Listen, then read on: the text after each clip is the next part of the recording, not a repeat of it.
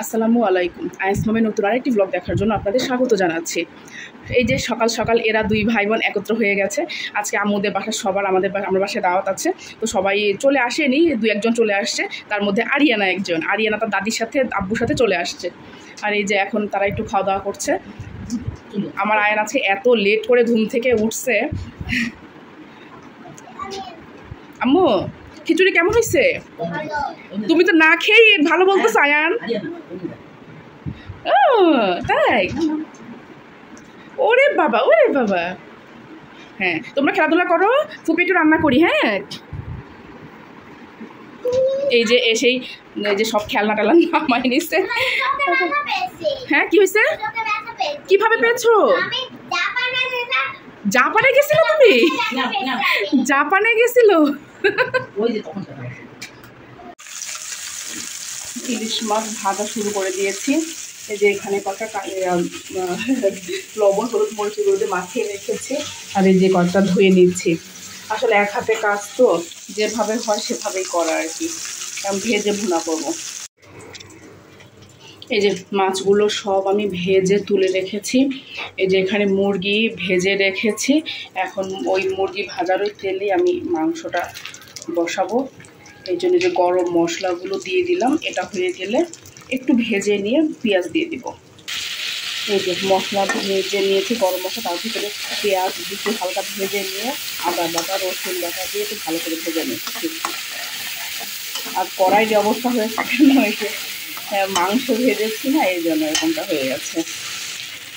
এই যে মশলাটা আমার কষানো হয়ে গেছে, মাংসগুলো দিয়ে দিব। এই যে ভেজে রাখা মুরগিটা দিয়ে দিয়েছি। এবার ভালো করে মশলার সাথে কষিয়ে নেব। অল্প একটু ঝোল দিব, দিয়ে জাস্ট সিদ্ধ করার জন্য, কিন্তু ঝোল রাখবো না। এই যে সিদ্ধর জন্য অল্প একটু ঝোল দিয়েছি, একদম মাখা মাখা করবো ঝোলটা শুকিয়ে আসলে। এই যে আমার মুরগি রান্নাটা কমপ্লিট হয়ে গেছে। খাওয়ার আগে একটু করে গরম করে করে দিব। এখন এই যে ভাজা মাছটা রেখেছিলাম ওটা ভুনা করবো। আর ওই ভাজা মাছের তেলই দিয়ে দিয়েছি, ওটাতে এখন পেঁয়াজটা দিলাম, একটু ভেজে নেব। মানে ইলিশ মাছের ভাজা তেল দিয়ে ইলিশ মাছটা ভুনা করব। ইলিশ মাছ ভুনার জন্য মশলাটা কষিয়ে নিয়েছি, বা পানি দিয়ে একটু বলক আসলে ইলিশ মাছটা দিয়ে দেব। ইলিশ মাছটা কমপ্লিট হয়ে গেছে, একটু পরে নামিয়ে নেব। উপর দিয়ে একটু জিরার গুঁড়া ছিটিয়ে দিয়েছে। কালারটা তো মাশাআল্লাহ দিলে সুন্দর আসছে। দেখা একটু ডাল সিদ্ধ বসিয়েছি, ডাল একটু ঘন করে রান্না করব। এটাতে বাগার দিব শুধু তেজপাতা, শুকনা মরিচ আর রসুন। পাঁচফোড়ন দিলেও ভালো হতো, কিন্তু আমি আজকে পাঁচফোড়ন দিব না, আমার দিতে ইচ্ছে করছে না। আমি যখন এই ঘন ডালটা করি একদম ভর্তা টাইপের মতো, ওইটাতে আমি পাঁচফোড়ন দিই না। রান্না যে ডালটা করি পাতলা, ওটাতে পাঁচফোড়ন দিই। এই যে বাগার দিয়ে দিয়েছি, এবার নামিয়ে নেব। এই যে পটল কিছু ভেজেছি, আর এই যে কিছু চুলায় দিয়েছি। এই যে পুঁটি মাছ বের করে নিয়েছি, পুঁটি মাছ ভাজবো। এখানে হচ্ছে ছোট মাছ, কেচকি মাছ চচ্চড়ি করব। শসা এগুলো কাটছিলাম আর কি। যে এখানে দুইজন খেলাধুলা করছে। কি খেলছো? আয়নার বউ, আয়নকে নিয়ে যাওয়া দরকার নাই, থাক। ওই যে আয়নার সাথে খেলুক। হ্যাঁ হ্যাঁ। এই যে পুঁটি মাছগুলো ভাবছি, এই পুঁটি মাছগুলো মচমচা যখন থাকে, একদম গরম গরম ভাতের সাথে খেতে কি যে মজা। আর সাথে একটু ডাল হলেই হয়, কিছু লাগে না। এই যে দুইজন সৌদি আরবের জুব্বা পরছে শুক্রবারের দিন, তো ভালোই লাগতেছে দুইজনকে। দুইজন দুই জুব্বা। হ্যাঁ যাও, নামাজ পড়তে চলে যাও সবাই। যে ছোট কাচকি মাছটা একটু বরবটি, আলু, পেঁয়াজ, হলুদ, লবণ, মরিচ, মাছ যাবতীয় সব কিছু দিয়ে জিরা গুঁড়ো দিয়ে মাখিয়ে বসিয়ে দিয়েছি, বা ঢাকনা দিয়ে দিব, একা একাই হয়ে যাবে। এই যে ছোট মাছটা প্রায় হয়ে এসছে, আর একটু পানিটা শুকাবে, একদম প্রায় চচ্চড়ি মতন করব, কিন্তু পুরোপুরি শুকাবো না আর কি। এই তো ছোটো মাছ হয়ে গেছে, আমি বেড়ে নিয়েছি। আলু আর বরবটির ভিড়ে ছোটো মাছ আর দেখা যাচ্ছে না। এই যে এখন পোলাওটা বসাবো, এই জন্য তেল দিয়ে দিয়েছি, গরম মশলা দিয়ে দিয়েছি। আর এই যে কালকে গরুর মাংস রান্না করে রেখেছিলাম, তো সেটা ফ্রিজে ছিল, নামিয়ে এই যে গরম করতে বসিয়েছি। এই যে পোলার চাল দিয়ে এবার মশলার সাথে ভালো করে ভেজে নিচ্ছি। এক চুলায় এটা হচ্ছে, আর এক চুলায় যে গরুর মাংসটা গরম করছি। নামাজ শুরু হয়ে গেছে, সবাই চলে আসবে খাওয়ার জন্য। এই যে পোলাও প্রায় কমপ্লিট, আর অল্প একটু দমে রাখতে হবে। এই যে এখানে কাবাব ভাজা হচ্ছে। এই যে আমার রান্না বান্না সব কমপ্লিট, টেবিলে সার্ভ করে দিয়েছি। এখন আয়নাবু আব্বুকে ডাক দাও, আব্বুকে ডাক দাও। ও মা খাবে না, ওই কেন?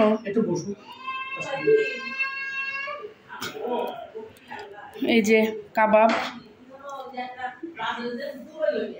ইলিশ মাছ, কেচকি মাছ, পেঁপে ভর্তা, পুঁটি মাছ ভাজি, মুরগির মাংস, ওখানে আরেক দফা ইলিশ মাছ, এখানে ঘন ডাল, লেবু, শসা, পটল ভাজি, গরুর মাংস, পোলাও, আর এটা হচ্ছে সাদা ভাত। এই তো কমপ্লিট করলাম। যদিও কষ্ট হয়ে যায়, আসলে প্রচণ্ড গরম, গরমের ভিতরে সমস্যা হয়ে যায়। তারপর আলহামদুলিল্লাহ মানে সবাইকে যে দুপুরে 2টার ভিতরে যে খেতে বসতে দিয়েছি, আলহামদুলিল্লাহ। আরে এখানে এরা কি করে, কি করে, কি করে? ওমা তুমি 2টা নিছো কেন? তুমি 2টা, তোমার হাতে 2টা কেন? দাও, আইনে না কেটে দাও।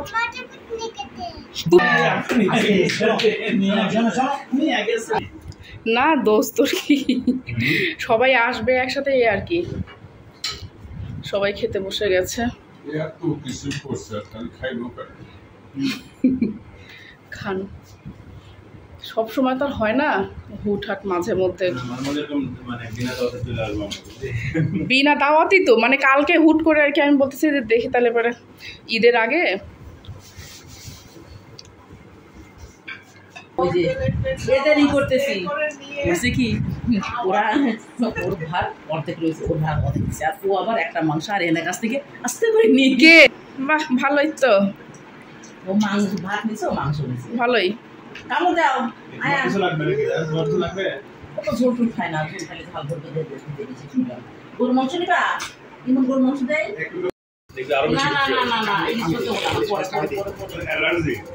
না। এখন আমি আসলে কি বলবো, তা যার যেভাবে হয় আর কি সেভাবে খাক। আমি দিচ্ছি তো, আমি সবাইকে দিয়েছি। জামাই ইলিশ মাছ দিবে, শাশুড়ি নিবে না কেন? কারণ কি, ইলিশ মাছ তো আছে, কেন নিবে না? ওই যে অ্যালার্জির কারণে। আপনার জন্য অ্যালার্জির ওষুধ আছে ফ্রি। কেন এর আগে নিলে মনে টাকা নিতা? খাওয়ানি তাহলে বললেন না খবরের নাম অনেক সময় একটু। তুই পানি ঢুকেছ ভিতরে দেখি। আল্লাহ ইমন, আসো তাহলে এদিকে আসো, ভাইদের সাথে আসো। ওইটা পানি ফেলে দাও, না তো পুরো ঘর নষ্ট হয়ে যাবে বাবা। আসো ভিতরে যাও, পানি নিয়ে ভিতরে যাও। আর এই যে আপনাদের মুন্না ভাই তার স্পেশাল কফি বানাচ্ছে সবাইকে খাওয়ানোর জন্য। আপু বেশি জাল হয়ে যাচ্ছে তো, কফি শুকায় যাচ্ছে। মিস্টার রাজেশ সাহেব আমার দিকে তাকান, কফি বানিয়ে আপনার অনুভূতিটা কেমন? সেই রকম।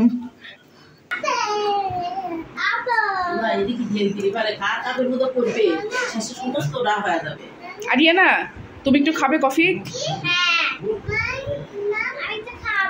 খাবে, আসো। এই আরিয়ানা একটু কফি খাবে। আমি তো ওইটাই বলছিলাম ওকে। আসো মা, এদিকে এসো, তোমাকে দিচ্ছি। একদম অল্প করে দিও।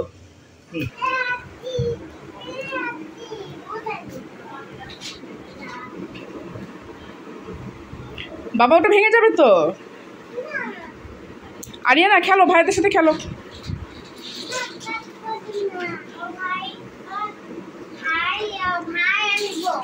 ও ভাই তুমি বোন, ইয়ে আরিয়ানা তো সব জেনে গেছে, বুঝে গেছে, তাই না?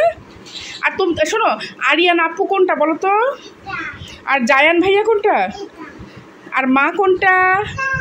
তাই, আল্লাহ হাফেজ।